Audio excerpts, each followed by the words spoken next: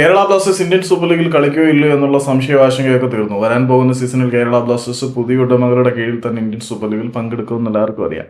ആരായിരിക്കും ബ്ലാസ്റ്റേഴ്സിന്റെ പുതിയ ഓണർ എന്നുള്ള സംശയം എല്ലാവർക്കും ഇടയിൽ പടർന്നുകൊണ്ടിരിക്കുകയാണ്. എത്ര കോടി രൂപയ്ക്കാണ് ബ്ലാസ്റ്റേഴ്സിന്റെ കൈമാറ്റം കഴിയുന്നത് എന്നുള്ളത് എല്ലാവർക്കും പൊതുവെയുള്ള സംശയമാണ്.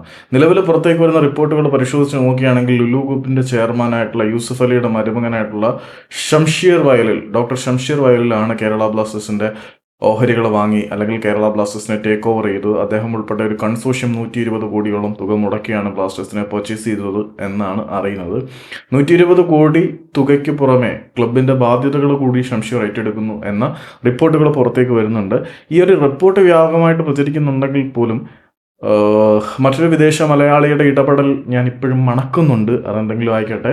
പുറത്തേക്ക് നിലവിൽ വരുന്ന റിപ്പോർട്ടുകൾ അനുസരിച്ച് ലുലു ഗ്രൂപ്പ് ചെയർമാൻ യൂസഫ് അലിയുടെ മരുമകനായിട്ടുള്ള ഡോക്ടർ ഷംഷീർ വയലിൽ കേരള ബ്ലാസ്റ്റേഴ്സിനെ വാങ്ങിയിട്ടുണ്ട്.